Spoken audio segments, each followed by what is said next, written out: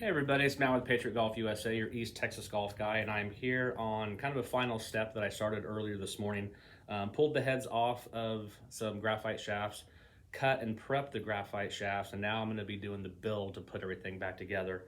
And so I'm going to go through the stages or what I do to prep the heads, prep the shafts, get the epoxy, get the ferrule, and kind of do the full build right now and walk you through a little bit of how I do this and the way that I do it. There's a lot of people out there that do it differently. They're not wrong, just in the end, we need to have the same result. And that's a good bonded head to the golf shaft. So I'm gonna aim this back down. You don't need to see me anymore. So what I did is earlier, I removed the shafts from everything, got these cleaned up. The three most important things, or the three things that I use the most in the shop, really is going to be acetone, Q-tips, and paper towels, for cleanup. So get some acetone on your Q-tip, and just go into the hosel and work it around, because we want this to be clean. Okay, that's the thing. Now look at that. I know people who don't do this and they just throw epoxy in there. Nothing's gonna bond to that. I mean, when it gets dirty like that, and I'll flip it around and go clean, and then just do one blast little thing until we can see that. Now, if it's got a little bit, tiny bit on it, that's fine. So we can use that one, go through, get the bulk of just the residue and stuff that was left over. Again, just start with a clean one. Do this process whenever clubs come flying off. It's really just because the prep work was done poorly. It's not because the epoxy really came loose, because the epoxies they're the best epoxies out there, regardless of what it is. They're all designed to hold these clubs on, and if you lose a head, it's really just because of prep work. Didn't get it clean, or in some cases actually use too much epoxy. I'll show you kind of what I mean by that. So you can just see how bad these are. You just got to get them clean. And then we're going to do the exact same thing with the shafts. Shafts have got to get clean. So we'll go through all these heads, just work it around, get all that stuff off of there. Start clean. A couple more here.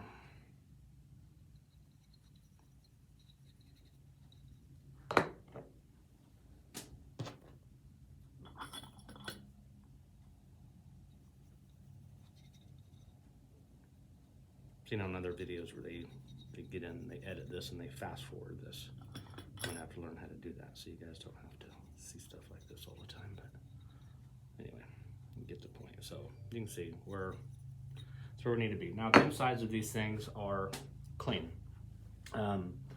Shafts are gonna be the same way. I've got all the shafts lined up here. So what I'm gonna do there is, again, take paper towel and fold it up. A little acetone on there, and then I just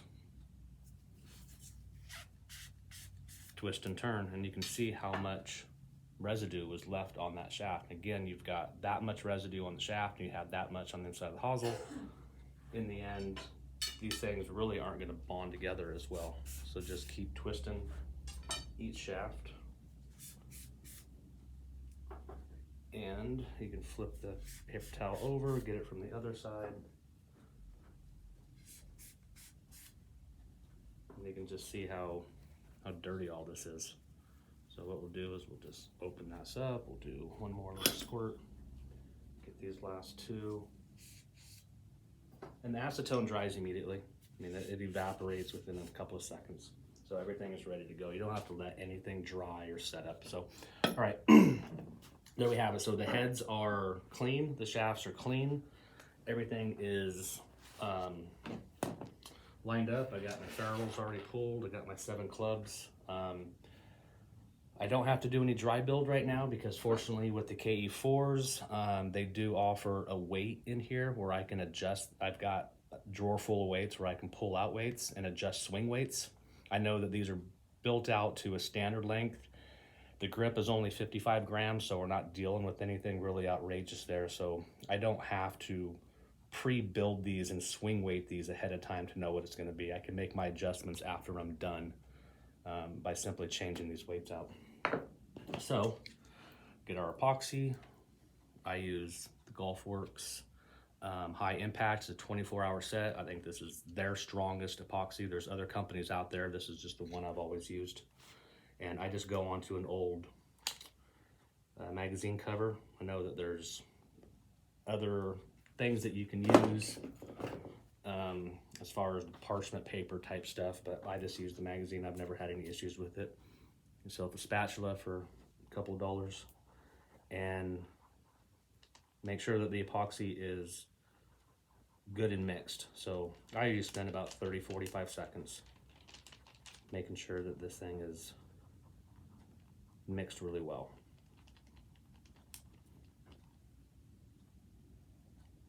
All in there.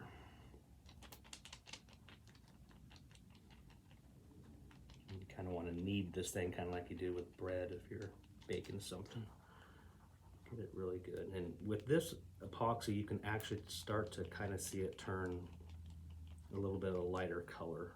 And once it does that, then you know that you're good. Now, putting epoxy into the heads, there's a couple of different ways of doing it. I know people that put a huge amount of globs in there, and that really doesn't do anything other than just push epoxy up the shaft.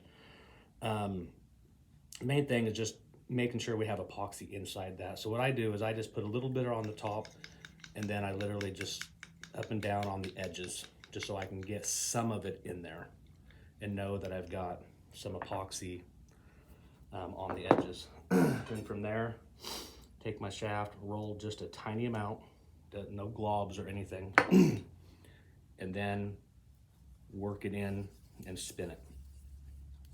You know, making sure that whenever I'm done, I can see epoxy all over. Always look in, make sure I don't have epoxy buildup inside of the shaft. We don't want epoxy up in there. After that's done, we take the ferrule. Sometimes ferrules slide right on. Sometimes they need a little bit of, these ones are just gonna slide right on. So, and again, when I do the epoxies, I wanna make sure that I see epoxy under, where am I at? Oh, not used to that camera being over there, sorry about that. I wanna see that epoxy up under this ferrule, because that's what's gonna hold that ferrule onto this club. You don't have to push it all the way up, just kind of get it started. And then from there, we're gonna roll back into our epoxy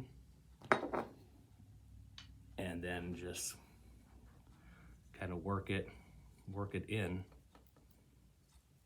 And with this one, again, the ferrules went on so easy that once I push this in, it bottoms out. I don't need to tap this, I'm not going to.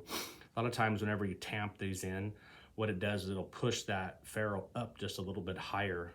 I'm gonna move this over. Push that ferrule up a little bit higher than you want. There's no need to. These things, it went in, it bottomed out, it's not going any further. So I always like to see a little bit of epoxy come out between the head and the ferrule. That means I've got another good bond between those two. So kind of take it back out. We'll add just a little bit more. And then as I go in, I'm always twisting. Twist it in there, and then I give it this. And what this is doing is pushing any air bubbles down and out. Okay? Now from there, let's clean this thing. So go around the top, go around the bottom of the ferrule, and just really, sorry about that, I need to get down into here. And flip it over. And the biggest thing that I see a lot of when people come in and I'm either tearing their clubs apart or fixing something, a lot of the prep work that people do, they just don't take the time. Take your time, look at the ferrule, make sure that you don't see any epoxy, and keep it clean. You know, it's just look at everything, look all the way around it. The less epoxy you have on the outside, well, if you have no epoxy on the outside, that means that you're not doing any cleanup afterwards. We don't want to do cleanup. I don't want to turn the ferrules and have those ferrules have to turn down epoxy. That's what tears up your belts. And so we're done. We can see we just got, there's no epoxy, everything's nice and clean. Then once these set, then we'll turn the ferrules and get them all shiny. But that's the build right there. Whenever I do it, I'll line it up so that the logo is facing the back side. Let it dry.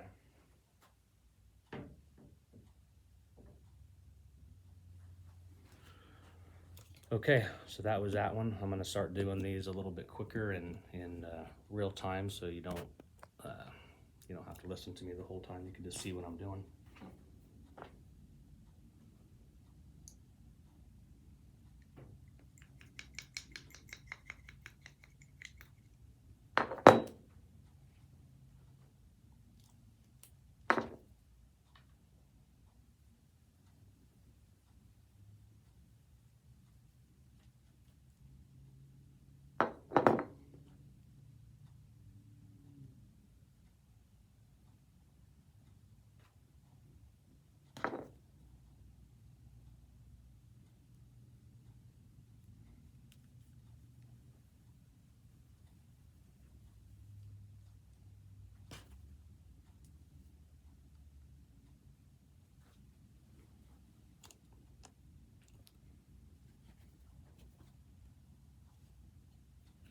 And I go through a lot of paper towels. Paper towels are cheap. Use those, wipe everything down, get everything on the top, and always be pushing down so that some ferrules like this one go on really loose, so they can travel on you. And then again, I always like to make sure that I get as much of the epoxy out of where they come together. And then just again, look at everything, check it out, it's nice and clean. Don't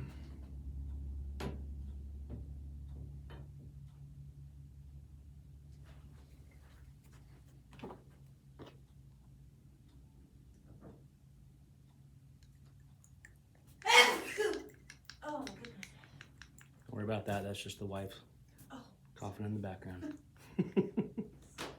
Just doing a how-to video here. All right, now here we go, do it again. Roll our epoxy. Again, we're not using huge amounts. We're just getting enough to where we know we can coat the inside of the hosel.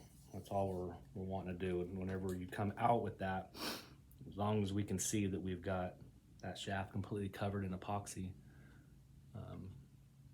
we know that it's good. And a lot of times whenever you do that, again, what I do is I always look down and make sure I don't have epoxy up in the shaft. Get the ferrule slid on. Oops, I'm so bad at this. All right, there we go. Roll some more epoxy. And on there, it bottomed out right away, so I don't need to slam it on. There's no wiggle room whatsoever, so this went on nice and straight, very tight.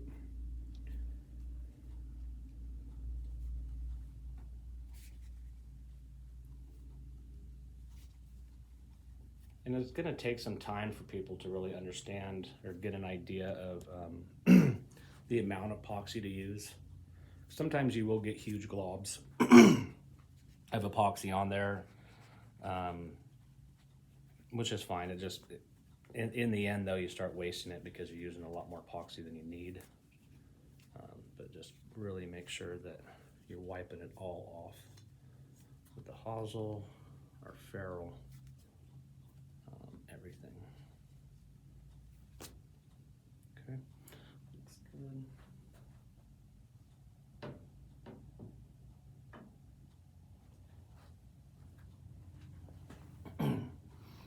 So if you were to use too much epoxy, I think some people might think, well, if I can use as much as I want, it's just glue. But not. Whenever you're putting it in the hosel to begin with, a lot of that is you're going to push it straight down to the bottom of the hosel, then it's got nowhere to go other than up the middle of the shaft.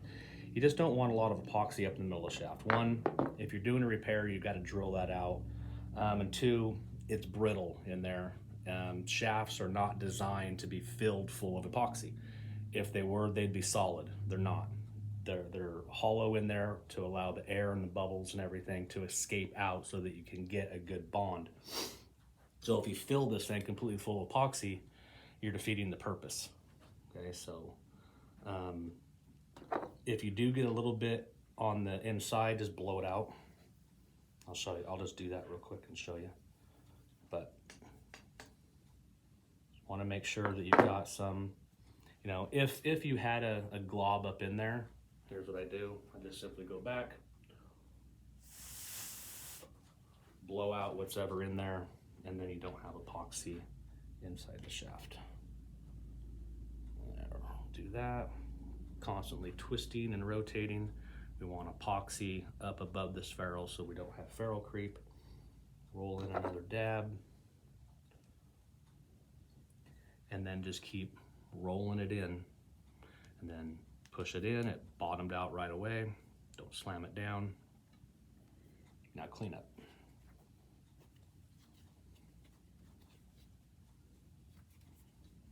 And this epoxy that I use is a slow set, so it's a 24-hour cure. I think it's really a 72-hour final cure. But you've got some time to work with this. If you're just starting out and you're doing this, you don't have to be in a rush. I mean, this won't gel for probably another 30, 40 minutes.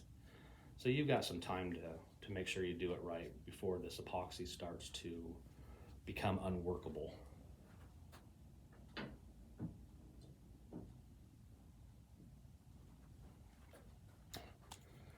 So anyway, well, that's what we've got going on. That's go back up here. We're already in 17 minutes, so hopefully you guys hung on that long to watch some of that.